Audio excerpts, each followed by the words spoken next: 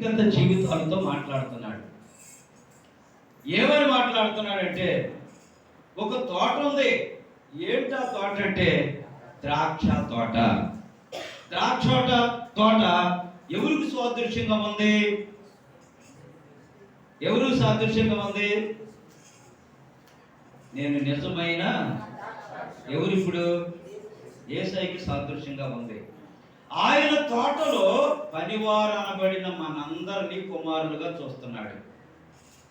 మనందరినీ దేవుడు ఏం చూస్తున్నాడంటే కుమారులుగాను కుమార్తెలుగాను చూస్తున్నాడు. అయితే ఎంతమందిలో దేవుని రాజ్యంలో ఉండేవాళ్ళు ఎవరో, దేవుని రాజ్యానికి పోకుండా అడ్డగించే వాళ్ళు ఎవరో ఇక్కడ రెండు విధాలుగా రాసిచ్చాడు దేవుడు.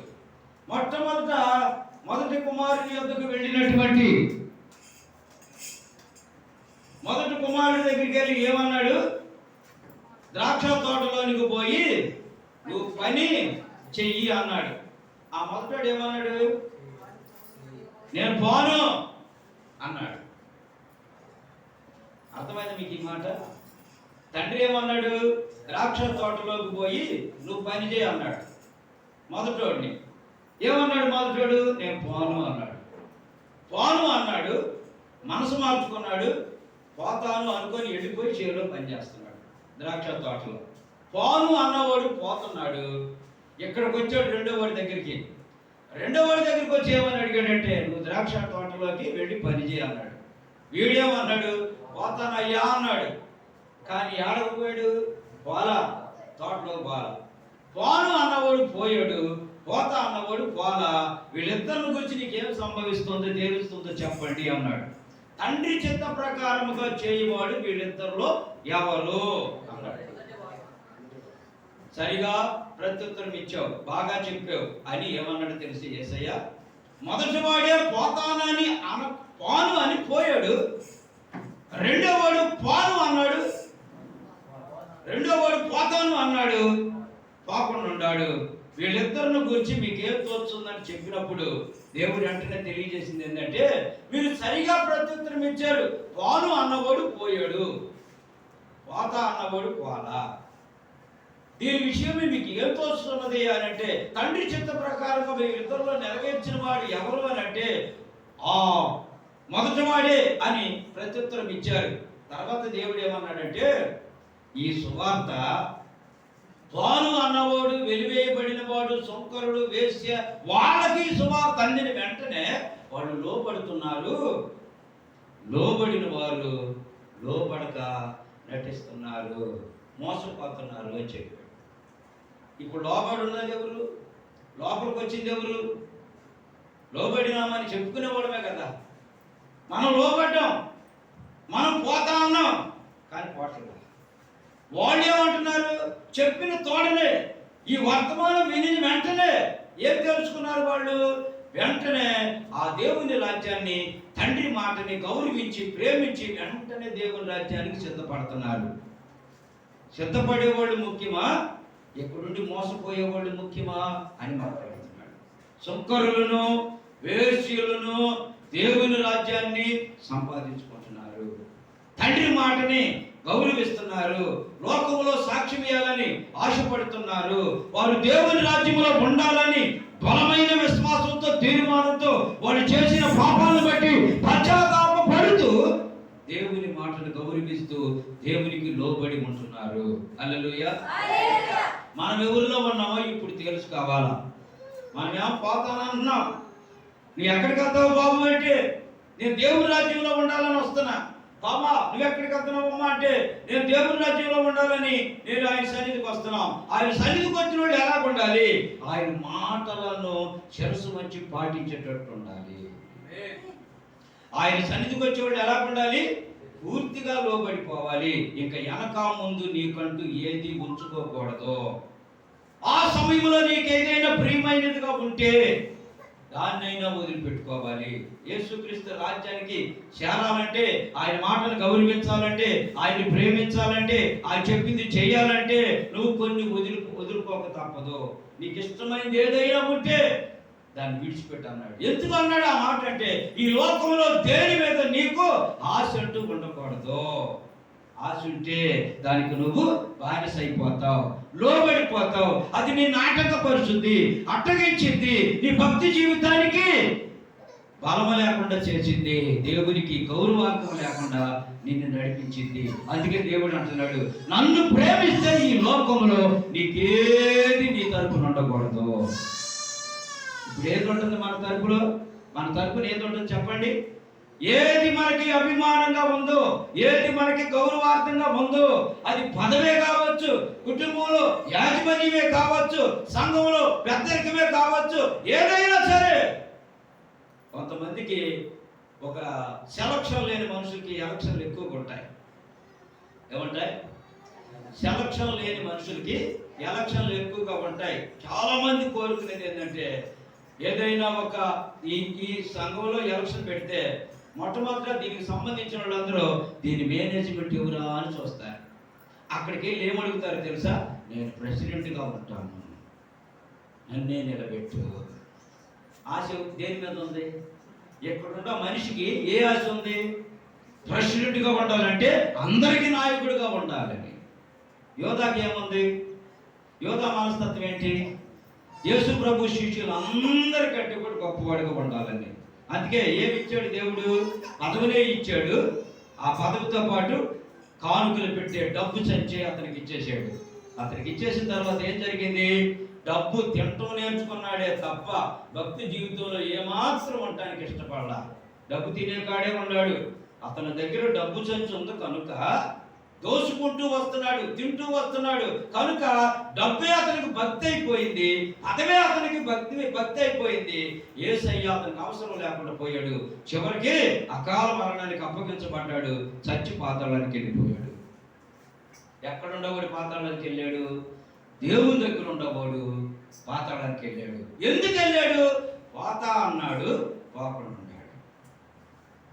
ఏడకే దేవుని మందిరానికి పోతా అన్నాడు, పోకుండా ఉన్నాడు. దేవుని పనిలో ఉంటానన్నాడు, ఉండకుండా పోయాడు. దేవుని సాక్షిగా నిలబడతానన్నాడు, నిలబడకుండా పోయాడు. అంటే లోకానుసారమైన మనస్సు తన యొద్ద నిలిచిపోయింది, దేవుడు తనకు దూరం అయిపోయాడు. అందుకే ఈ రెండు విషయాలు దేవుడు తెలియజేస్తున్నాడు. పోను అన్నవాడేమో పోయాడు. వాళ్ళు ఎవరికి సాదృశ్యంగా ఉండారంటే సుంకరులకును, వేశ్యలకును, భయంకరమైన పాపాత్ములు. వాళ్ళు యేసు మాట వినిన వెంటనే విశ్వాసము కలిగిన వారై దేవునితో కలిసి నడిచి వెళ్ళారు. మరి వీళ్ళేమైపోయారంటే, వీళ్ళేమన్నారు? పోతా అన్నారు, పోలేదన్నారు. పోతా అన్నాడు, పోలేదని చెప్పాల్సి వచ్చింది. పోతా అనేవాడు ఏడున్నాడంటే మందిరంలోనే ఉన్నాడు. పోతా అనేవాడు ఏడున్నాడంటే కుటుంబంలోనే ఉన్నాడు. పోతా అన్నవాడు ఏడున్నాడంటే ఆయన పేరు మీదే ఉన్నాడు. చివరికి ఆయన పేరుకి అవమానాన్ని కలిగించే వ్యక్తిగా మారాడు. చాలా మంది నటించే కాడుంటున్నారు. చాలా మంది భక్తి జీవితంలో ఏమైపోతున్నారంటే వారు చల్లబడిపోతున్నారు. ఏమని? వాక్యం లేకపోతే చల్లబడిపోతారు, వాక్యం లేకపోతే అవిశ్వాసులైపోతారు, వాక్యం లేకపోతే అవిధేయులైపోతారు, వాక్యం లేకపోతే యేసయ్య దగ్గర లేరు అని స్టేట్మెంట్ పొందుతారు, పాతాళానికి వెళ్ళిపోతారు. నువ్వు ఎక్కడికి వెళ్ళాలని ఉంది? ఎవరి మాట గౌరవించాలని ఉంది? నీకు దేని మీద ఆశ ఉంది? దేని మీద నీ మనసు ఉంది? ఒకసారి పరిశీలన చేసుకుంటే యేసు మీద నీకు మనసు ఉంటే లోకంలో దేని మీద నీకు మనసు ఉండదు. దీని అర్థం అది. యేసు నీతో ఉంటే లోకం నీలో ఉండదు. లోకం నీలో ఉంటే యేసు నీలో ఉండడు. ఈ లోకానికి యేసయ్యకి చాలా దూరం వ్యత్యాసం ఉంది. ఈ లోకంలో నివసించిన వాడు ధనవంతుడు. ఈ లోకం నాకు అక్కర్లేదని భక్తి జీవితాన్ని కలిగి ఉండి ఎంత పేదరికాన్నైనా అనుభవిస్తే చాలు, అవసరానికి కూలి లేకపోయినా చాలు, పని లేకపోయినా చాలు, ఏది లేకపోయినా సరే నా యేసయ్య ఉంటే చాలని అప్పగించుకున్నవాడు ఏడున్నాడు? అబ్రహాము రొమ్మున ఆనుకొని ఉన్నాడు. లోకం వైపు చూసినాడు ఏమైపోయాడు? పాతాళంలో వేదన పడుతున్నాడు. అబ్రహాము రొమ్మున ఆనుకున్న లాజరుకే కేకలేసి పిలుస్తున్నాడు, అబ్రహామా నీ రొమ్మున ఆనుకున్న వ్యక్తిని ఒక్కసారి నా దగ్గరికి పంపవా? ఇక్కడ తాడుకోలేకపోతున్నా, ఇక్కడ నివసించలేకపోతున్నా, ఇక్కడ నాకు వేదనగా ఎక్కువ ఉంది, శోధనతో ఉంది, నేను బ్రతకలేకపోతున్నా, నా ఆలోచన అంతా, నా ఆరోగ్యం అంతా ఏమైపోయిందో నాకు పట్టణ పరిస్థితి అయిపోయింది. ఇప్పుడు నా జీవితం వేదనతో నిలిచిపోయింది, దప్పిక దాహం కొనుచున్నాను అంటున్నాడు. అయితే ఆ దాహం తీరాలంటే ఎక్కడి నుంచి రావాలి? ఏ సొక్కైనా దేవుని దగ్గర నుండి రావాలి. అబ్రహామా, నీ రొమ్మున అనుకున్న ఆ వ్యక్తిని ఒక్కసారి పంపిస్తే తన చిటుకు నేల మీద ఉన్న నీటి చుక్క ఒక్కటి నా నాలుక మీద పెడితే నా దాహము, నా తపన తీరింది. ఎంత నరక వేదన అనిపిస్తున్నాడు చూడు. పాతాళములోనే భరించలేకపోతే తీర్పు తీర్చిన తర్వాత అగ్నిలోకి పంపిస్తాడు. అక్కడ ఎట్లుంటుంది నీ పరిస్థితి? అగ్ని ఆరదు, పురుగు సాగదు. అగ్ని ఆరదు, పురుగు సావదు. అంటే ఎన్ని సంవత్సరాలు తెలియదు, అన్ని సంవత్సరాలు ఆ మంటల్లో ఆ బాడీ అలాగే కాలుతూ ఉండాలి. తీపులు ఉంటాయి, నొప్పులు ఉంటాయి, బాధలు ఉంటాయి, వేదన ఉంటుంది, భయంకరమైన శోధన ఉంటుంది. విడిపించే నాదుడే. అది కావాలా? అది కావాలనుకుంటే లోకం నీ దగ్గర ఉండటంలో తప్పులేదు. లోకంలో ఉన్నాం మనం, లోకం నీలోకి రాకుండా నిన్ను నువ్వు కాపాడుకోవాలి అని దేవుడు చెప్తున్నాడు. లోకంలో ఉన్నాం కానీ లోకం మనలో ఉండకూడదు. ఎందుకని? లోకంలో ఉన్నదంతయు నేత్రాశ, శరీరాశ, జీవపుడంబం, ఇవి దేవుని వలన పుట్టినవి కావు. దేవుని వలన పుట్టినవి కావు, అవి లోక సంబంధమైనవే. ఏ ఆశలో ఉంది నీ ప్రాణం, నీ శరీరం, నీ ఆత్మ? ఒకసారి పరిశీలన చేసుకో. దేని మీద ఉంది నీ మనసు? దేని మీద ఉంది నీ ప్రాణాత్మ శరీరం? దేన్ని ఆశిస్తుంది? ఒకసారి చూస్తే అనేక మంది ఆయా రకాల పొరపాటుల్లో పడిపోతూ లేస్తూ ఉంటున్నారు. అనేక మంది సేవకులు కూడా అలాగే ఉండిపోయారు. సేవకులు కూడా కానుకలు వస్తే సేవ, కానుకలు ఇస్తే వాళ్ళ ఇంటికి వెళ్ళటం, కానుకలు లేకపోతే వాళ్ళ ఇంటికి వెళ్ళే పని లేదు, వాళ్ళని పిలిచే పని లేదు, వాళ్ళని ఆదరించే పని లేదు, వాళ్ళని గమనించే పని లేదు, వాళ్ళ కోరిక తీర్చే పని లేదు. వాళ్ళ యొక్క కష్ట నష్టాల్లో పాలు పంపులు పొందదామన్న భాగమే లేకుండా పోతున్నారు. పెడితేనే పెట్టుకోడు, పెట్టకపోతే చావుకోడు. అలాంటి సేవకులతో ఈరోజు ఏ మనుషుడు నడవలేడు. సేవ అంటే ఎలా ఉండాలంటే రక్తపు మడుగుల్లో కూడా నడిచేది సేవ. ఆమేన్, హల్లెలూయా. సుఖంగా చేసేది కాదు దేవుని సేవ. దేవుని సేవ అంటే రక్తపు మడుగుల్లో కూడా నడవాలి. అది యాకోబు అంటాడు ఏమని తెలుసా? అనేకులు మీరు బోధకులు అవ్వబాకండి. ఎందుకనంటే బోధకులమైన మనకు 2 తీర్పులు ఉంటాయి. బోధకులైన మనకు 2 తీర్పులు ఉంటాయి. ఏంటంటే చెప్పి చేయకపోవటం, చెప్పి చేయకపోవటం 2 తీర్పులు. చెప్పే నీవే చేయకపోతే నీకు 2 తీర్పులు, వీరే నీకు చేయకపోతే 1 తీర్పు. మీరు 1లో ఉంటారు, మేము 2లో ఉంటాం. తినే కాడ 2లో ఉంటున్నారు, తీర్పులో కూడా 2లోనే ఉంటున్నారు. చివరికి 3 వచ్చి పైన పడ్డప్పుడు కదా వాళ్ళ సంగతి తెలిసేది. 3 అంకొచ్చి పైన పడ్డప్పుడు తెలిసింది. అప్పుడు త్రినేత్రుడు కన్ను తెరిస్తే వచ్చేది ఉగ్రత. ఏ నేత్రుడు? మన దేవుడు త్రినేత్రుడు. త్రిత్వములో ఏకత్వమైన దేవుడు, నిజమైన దేవుడు, నిన్ను చూస్తున్న దేవుడు, నీ అంతు తేల్చే దేవుడు ఆయనే. ఇప్పుడు కరుణామయుడు, ఇప్పుడు దయామయుడు. ఈ కృపాకాలంలో నువ్వు ఎంత తప్పు చేస్తున్నా, అమ్మా ఇప్పటికైనా మలుపు తిరుగమ్మా, ఇప్పటికైనా మలుపు తిరుగు తమ్ముడా, ఇప్పటికైనా మలుపు తిరుగు అమ్మా, ఇప్పుడైనా మలుపు తిరుగు, ఇప్పుడైనా నీ జీవితాన్ని ఇదిగో దేవుని నీతి మార్గంలో నడిపించుకో. లేకపోతే ఆ ఉగ్రత, ఆ కోపం నువ్వు తట్టుకోలేవు, నువ్వు భరించలేవు. కనుక ఇప్పుడే ఈ కృపాకాలంలో నడుము బిగించుకొని శిరస్సు వంచి దేవుని పాదాల మీద పెట్టి బహుగా ప్రేమించే మనసు పరిశుద్ధాత్మ దేవుడు మన అందరికి దయచేయబడాలి గాక. ఆయన నామ మహిమార్థమై మనం అందరం సిద్ధపరచబడును గాక. దేవుడు సెలవిస్తున్నాడండి, నిన్ను వేరుగా ఉండాలని కోరుకోలేదు. దేవుడు నీతో ఉండాలని, ఆయన నిజమైన ద్రాక్షవాడి, నువ్వు తీవ్రంగా ఉండాలని, అందులో నుండి నువ్వు అడ్డుకట్టబడాలని, అందులో నుండి నువ్వు ఫలించాలని దేవుడు కోరుకుంటున్నాడు. వేరుగా ఉండాలని దేవుని చిత్తం కాదు. అందుకే దేవుడు అంటున్నాడు, ద్రాక్ష తోటలోనికి వెళ్ళి నువ్వు పని చేయి అనగా, ఈ లోకములో యేసుక్రీస్తు చెట్టు కింద ప్రతి మనిషి వచ్చి పని చేయాలి.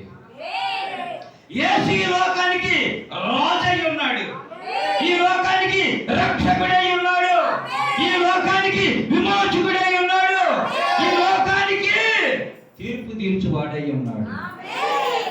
ఆయన చేతిలో నుండి విడిపించగలవాడెవడు లేడు. కనుకనే ఆయన ఉగ్రత రాకముందే, ఆయన కోపము నీ మీద పడకముందే, ఆయన కోపములో ఉండగా ఎవడు తట్టుకోలేడు. కనుక దేవుడు అంటున్నాడు, ఇప్పటికైనా నువ్వు మార్పు చెంది, ఇప్పటికైనా ఆయన ఆశ ఏంటంటే ఇప్పటికైనా పశ్చాత్తాపపడి. ఆ మాట చివరిలో రాశాడు. ఆ చివరిలో ఏం రాశాడు చూడు, 32 వచ్చిన లాస్ట్ అన్నాడు చూడు. అయితే సుంకరులను యేసులకు అతనిని నమ్మిరి, మీరు అది చూచి అతనిని నమ్మనట్లు పశ్చాత్తాపపడకపోతిరి. అతనిని నమ్మనట్లు. ఎవరు ఈ అతను? ఎవరు ఈ అతను? మనతో మాట్లాడుతున్న వాడే. ఎవరు ఈ అతనంటే, అతనిని నమ్మనట్లు మీరు పోయారు. వేశ్యలు నమ్మారు ఎవరిని? అతనిని. ఎవరి అతన? ద్రాక్ష తోట యజమాని. ఎవరు ఇతను? ద్రాక్ష తోట యజమాని. ద్రాక్ష తోట యజమానిని మీరు నమ్మాలి. నమ్మినందువలన ఆయన పనులు మీరు ఉన్నట్టే. చాలా మంది నమ్మినట్టుగా ఉంటారు, నమ్మకుండే సాక్ష్యం వెళ్ళిపోతా ఉంటది. దేవుని కంటే మించింది ఈ లోకములో ఏది లేదు అన్నట్టు మన జీవితాలు అంకితమైపోవాలి ఆయనతో. కొరవగా ఉంటే అది కొరవగానే ఉంటది, తరువుగా ఉంటే అది తరువుగానే ఉంటది. అది నిండుగా నిండి పొర్లాలి, పొంగి పోవాలి. ఆయన ప్రేమ ఎలాంటిది? పొంగాలి, నిండుగా పొరలాలి, పొంగాలి, అంతా తడిచిపోవాలి. అనగా ఆయన ప్రేమ ప్రబలం అవ్వాలి.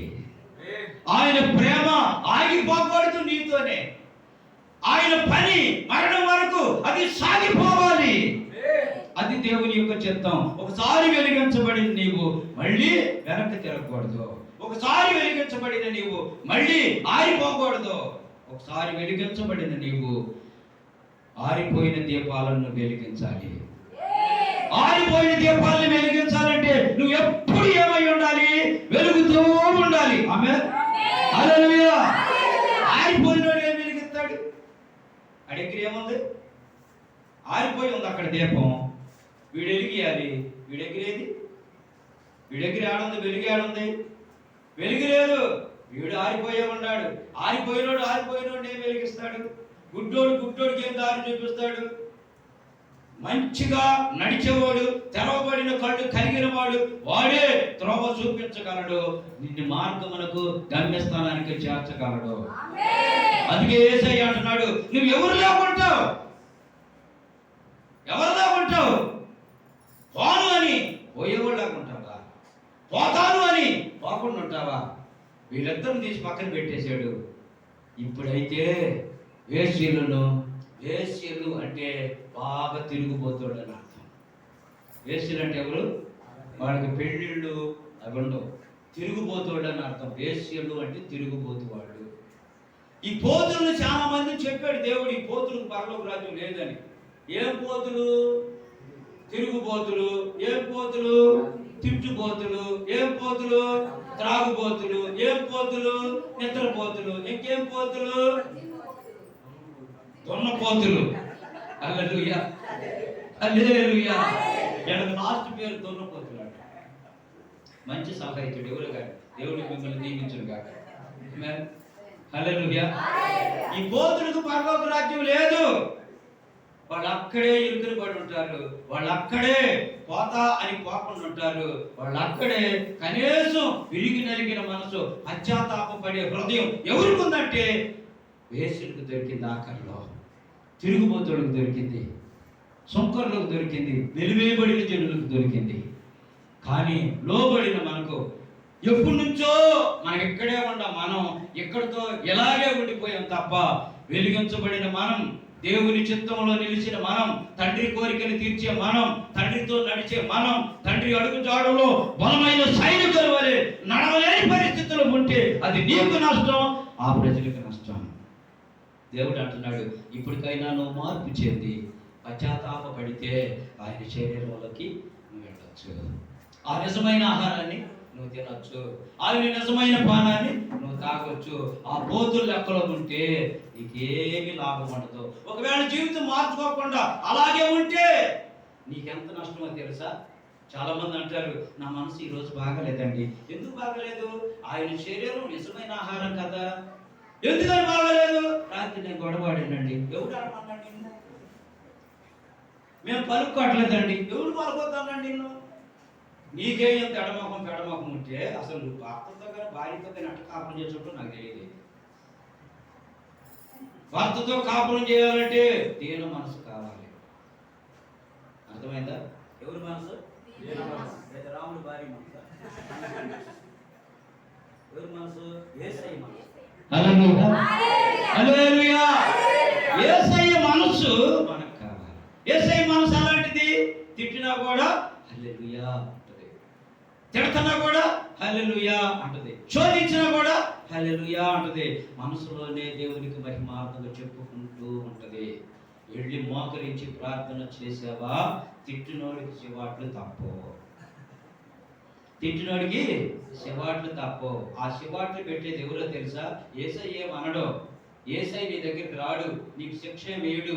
కాకపోతే ఎవరక్కడ అంటే ఆజ్ఞ అంటారు. ఎవరాడు? దురాత్మల సమూహం. వాడు ఏదో ఎక్కువగా మాట్లాడాడు. ఒక 10 నిమిషాల పాటు లేకపోతే ఒక అరగంట నేను కాస్త ఇటు తిరుగుతాను కానీ వాడికి కాస్త బుద్ధి చెప్పుకుంటావు, ఏం చేసుకుంటావు చేసుకో అంటాడు. అప్పుడు ఆడు వస్తాడు, అమాంతంగా నిన్ను పట్టుకుంటాడు. ఎలా పట్టుకుంటాడు?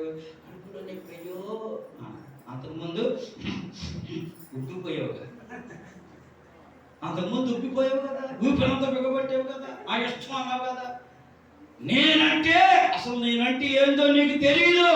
ఏం చేస్తావు? ఏం చేద్దాం? మారు మనసు లేనప్పుడు నేను ఏం చేశాను తెలుసా? ఏం చేసావు? ఓసి కారం పెట్టి ఇప్పుడేం పెడతా? పెట్టు. ఇప్పుడు ఎక్కువగా మాట్లాడితే లోకస్తులకు అప్పచెప్తాడు దేవుడి సాతాను ద్వారా. వాడు పెడతాడు కారం. అర్థమైందా? వాడి చేత పెట్టిస్తాడు దేవుడు. కళ్ళు మంటలు పండి అంటే రాత్రిపూట ఏం చేస్తారు? లేడీస్ కాటుకు పెట్టుకుంటారు, తెల్లారిపాటికి మంటలు తగ్గుతారు. వాడు ఏం చెబుతాడు? వాడు రాత్రి పొగుళ్ళు కాటు పెట్టడు, కారం పెడతాడు.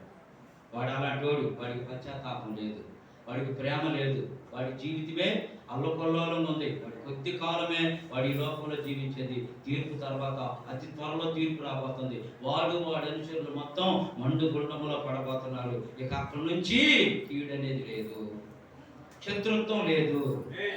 దేశమంతా ప్రేమ ఒక్కటే నిలిచి ఉంది. కసి ఉండదు. నువ్వు ఎక్కువగా తింటున్నావు అనేది ఉండదు, నువ్వు తక్కువగా తింటున్నావు అనేది ఉండదు, నువ్వు ఎక్కువ తీసుకుంటున్నావు కదా అని ఉండదు. ఇక్కడ బాదం పాలు పెట్టాడు ఒక బిందె, మీ అందరికి ఇది అన్నప్పుడు ఒక్క మనిషి వచ్చి బిందె అంతా తాగిన ఏమా? ఎందుకని? బిందె అయిపోయే బిందె ఉంటుంది. హల్లెలూయా. ఈ లోకంలో కొలుతుంది, ఇంకొక రావా 2 కాసులు అంటున్నావు, తాగుతున్నావు అంటాడు కదా. ఎక్కడ కసి, ఎక్కడ వ్యసనం, ఎక్కడ స్వార్థం? దేవుని దగ్గర అయేమీ లేవు. బిందె ఒక్కడే తాగితే మళ్ళీ బిందె ఉంటుంది. ఎంతమంది అయినా ఎంతైనా తాగొచ్చు, తినొచ్చు. కానీ పగ, ద్వేషం, వ్యసనం, కసి ఏమాత్రం ఉండదు. ప్రేమ సామ్రాజ్యం, ఆ పరలోక రాజ్యం. ఆ రాజ్యానికి నువ్వు వారసుడిగా ఉండాలంటే ఇక్కడ ఎవరిలాగా మారిపోవాలి? వేశ్యలు సైతం మార్పు చెందారు, సుంకర్లు సైతం మార్పు చెందారు. ఇంట్లో ఉన్న వాళ్ళ దగ్గర పెడమకం రెట్టమతం ఎక్కువైపోయింది. ఇంట్లో ఉన్నవాడికి ఏముంది? ఎందుకు ఈ రెట్టమతం ఉందంటే బహు గర్వం. ఎవరు అనుకుంటాం మేము? మాది పాస్టర్స్ కుటుంబం. ఎవరి కుటుంబం ఇది? మాది పాస్టర్, మా తాత పాస్టర్, మా నాన్న పాస్టర్, మా ముత్తాల పాస్టర్, నేను మాత్రం. ఎందుకని? మరి ఆ సాలు రావాలి కదా నిజంగా ఉంటే. నువ్వు కనీసం పాస్టర్గా నన్ను ఉండకపోయావు, దేవుని బిడ్డగా నన్ను ఉండు. ఆ అగ్ని నుండి నువ్వు తప్పించబడాలి అంటే వేశ్యలు యేసు దగ్గరికి వచ్చారు, సుంకరులు యేసు దగ్గరికి వచ్చారు, పశ్చాత్తాప పడ్డారు కనుక వారి పాపములన్నీ విడిచిపోయాయి.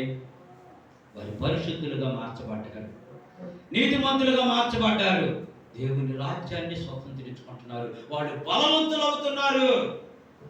బలహీనులుగా ఉన్నవారు దేవుని రాజ్యాన్ని స్వతంత్రించుకోలేరు.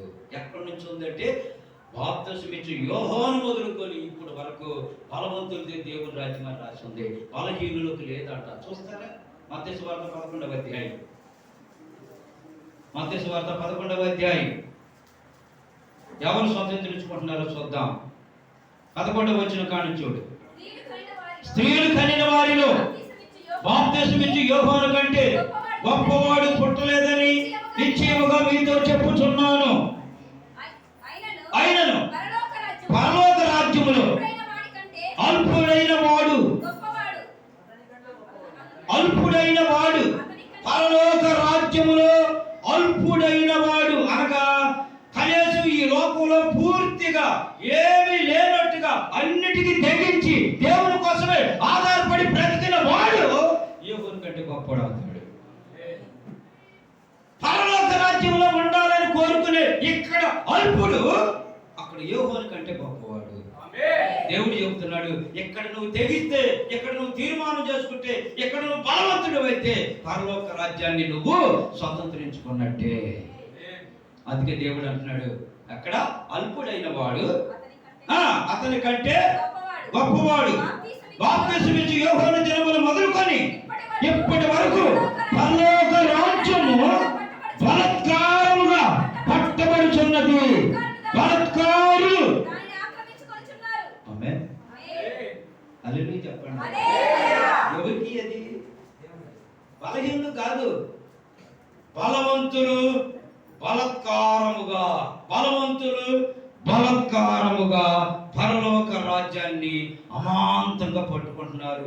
ఆ రాజ్యం నాది, నేను ఆ రాజ్యానికే చెందాలి. ఈ లోకం నాకొద్దు, ఈ లోకం నాది కాదు, ఈ లోకం అయ్యో ఆ శ్రమ, ఆ శోధన, ఆ నరకం, ఆ అగ్ని నాకొద్దు.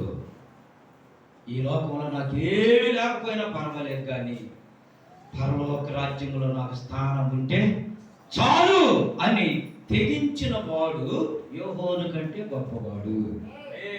హల్లెలూయా. నీకెంత ఆధిక్యత ఇచ్చాడు చూడు. యోహాను కంటే గొప్పవాడని అర్థం ఇచ్చాడంటే దేవుడు ఒక అర్థం తెలుసుకోండి. స్త్రీలు కనిన వారిలో లోకములో స్త్రీలు ఎంతమంది బిడ్డలను కన్నారో లోకం మొత్తం మీద స్టేట్మెంట్ ఇచ్చేసాడు. స్త్రీలు ఎంతమంది బిడ్డలను మగ బిడ్డలను కన్నారో వాళ్ళందరికంటే యోహాను కంటే గొప్పోడు లేడు. లోకములో స్త్రీలు కనిన వారి సంతానం కంటే యోహాను కంటే గొప్పోడు పుట్టలేదని చెప్పాడు. అది యేసు ప్రభు ఇచ్చిన సాక్ష్యం. నీకు ఒక గొప్ప సాక్ష్యాన్ని ఇవ్వబోతున్నాడు. ఏంటో తెలుసా? ఈ లోకంలో నీకు ఏమి లేకుండా అయినా సరే యేసు కోసం నువ్వు సిద్ధపడితే యోహాను కంటే నువ్వే గొప్పడివి. హల్లెలూయా. గొప్పడు అంటే అప్పటికి అర్థమైంది. యేసు ప్రభుకు బాప్తిసం ఇచ్చింది ఎవరు? యోహానే అన్నాడు గొప్పోడు అని. తర్వాత దేవుడు అంటున్నాడు, యోహాను కంటే గొప్పోడుగా నువ్వు ఉండాలంటే ఈ లోకములో నీవు ఏది లేకపోయినా నేను ఉండేటట్టు ఉండాలి. నీకేది లేకపోయినా నేను ఉండాలి. లోకం నీలో ఉండకూడదు. లోకం నీలో ఉంటే నీలో నేను ఉండడానికి నాకు అవకాశం దొరకదు. అవకాశం ఉండాలి అంటే లోకం పూర్తిగా సైడ్ అయిపోవాలి, యేసుకు మాత్రమే సొంతం అయిపోవాలి. ఏంది మన జీవితం? లోకం మొత్తం సైడ్ అయిపోవాలి, యేసయ్యకు మాత్రమే ఈ జీవితం, ఈ దేహములో లోపల హృదయములో అరికాల నుంచి రెండెత్తి వరకు మొత్తం ఏమైపోవాలి? యేసయ్యకి సొంతం అయిపోవాలి. యేసుక్రీస్తుకు సొంతం అయిపోవాలి. నువ్వు దేవునిలో ఉండాలి, దేవుడు నీలో ఉండాలి. అప్పుడు నువ్వు పాడగలవు. ఏమని? ఆయన లేకుండా బ్రతకలేను అని. పాడింది కదా, నువ్వు లేకుండా నేనుండాలేను,